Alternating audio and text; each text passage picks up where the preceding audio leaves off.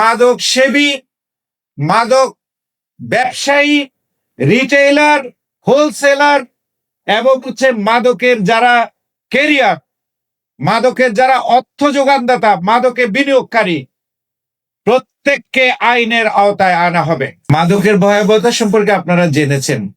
সমাজে প্রত্যেকটা স্তরে, প্রত্যেকটা রঞ্জে রঞ্জে এই মাদকের অপব্যবহার, এটার কুফল আমরা দেখতে পাচ্ছি। তো আমি চট্টগ্রাম রেঞ্জের ডিআইজি হিসেবে এইখানকার প্রধান যে সমস্যা, সেই সমস্যাগুলো চিহ্নিত করেছি এবং সেগুলো নিয়ে এক এক করে কাজ করছি। তার মধ্যে আমার প্রথম প্রায়োরিটি হচ্ছে এই মাদকের বিরুদ্ধে আমাদের সর্বাত্মক ব্যবস্থা। মাননীয় প্রধানমন্ত্রীর ঘোষণা, মাদকের বিরুদ্ধে জিরো টলারেন্স। আমরা সেই জিরো টলারেন্স বাস্তবায়নের কাজ করছি।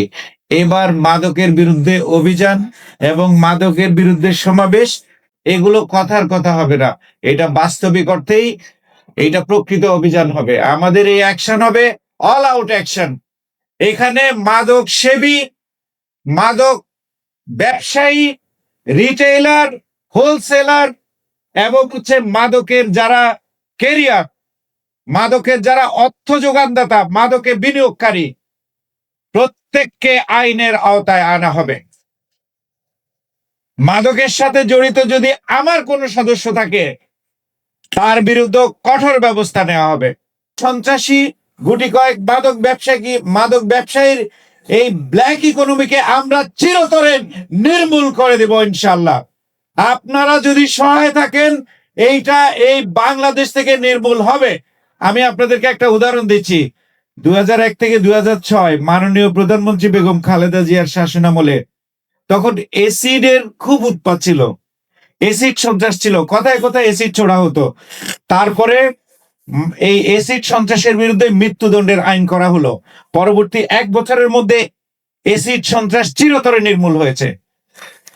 মাননীয় প্রধানমন্ত্রী এবং জাতীয় সংসদে কিছুদিন আগে মাদক দ্রব্য বহন, ব্যবসা, আদান প্রদান, এটার জন্য সর্বোচ্চ শাস্তি মৃত্যুদণ্ড ঘোষণা করা হয়েছে।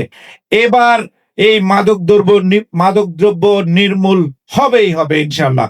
আমরা আপনাদের সহযোগিতা চাই।